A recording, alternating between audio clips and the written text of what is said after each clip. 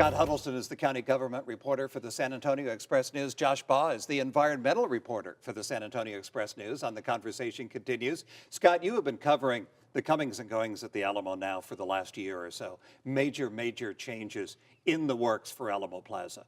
When are we going to start seeing, when I walk down to Alamo Plaza, when am I going to start seeing dirt being turned, changes significantly being made, this roads closed, that kind of thing? Possibly as early as next year. I know that they'll be looking at closing the streets and possibly relocating the cenotaph, although that remains to be seen, and there's still some fights to be fought over that.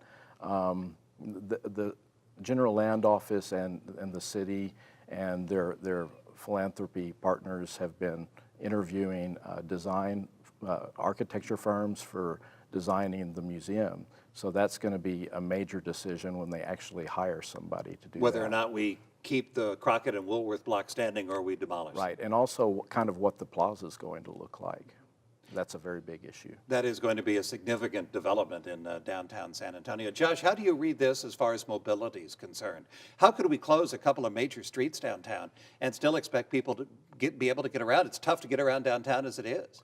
Well, I mean, downtown has evolved a lot in many ways and stayed very similar to how it was decades ago in many ways as well.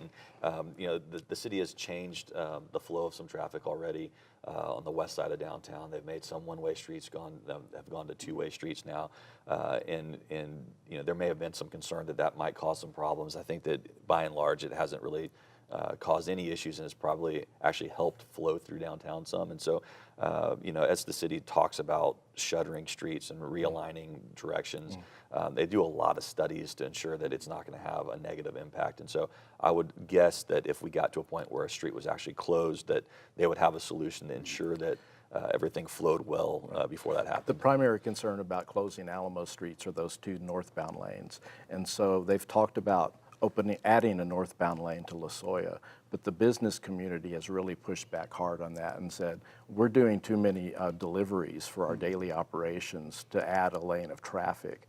And so they're looking at probably different alternatives. How can you divert that northbound traffic? And I mean, I think part of the problem with the traffic in Alamo Plaza is what the degradation that's happening to the Alamo structure itself, right? The bus traffic is causing a lot of problems. The vibrations. Exactly. And so, I mean, as we talk about preserving the Alamo and we talk about climate change, it's that same kind of question as to whether, what kind of sacrifices are we as a community willing to make in certain areas to protect either a historic structure or protect the climate, that has impact on how we live our lives, right? Josh, we talked on the TV segment about the city's ambitious climate change plan.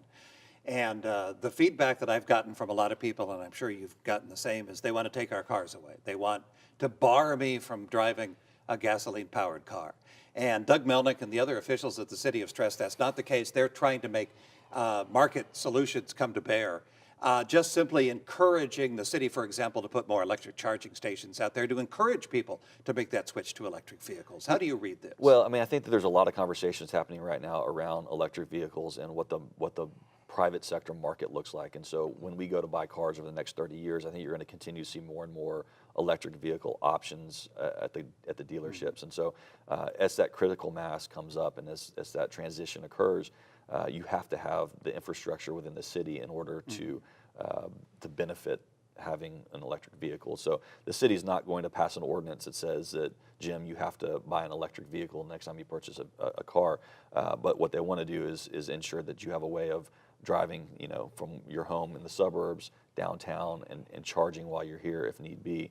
And so they are planning on trying to respond to market forces that people hypothesize is going to be more and more in the direction of electric vehicles and the phasing out of gas-powered vehicles. You had a friend ask me if you drive in from Austin and you hit the northeast city limits, there's going to be police there blocking you from driving your gasoline-powered car into the city. Josh Baugh is the environmental reporter for the San Antonio Express News. Scott Huddleston, county government reporter for the same newspaper. And thank you both for joining us on The Conversation Continues.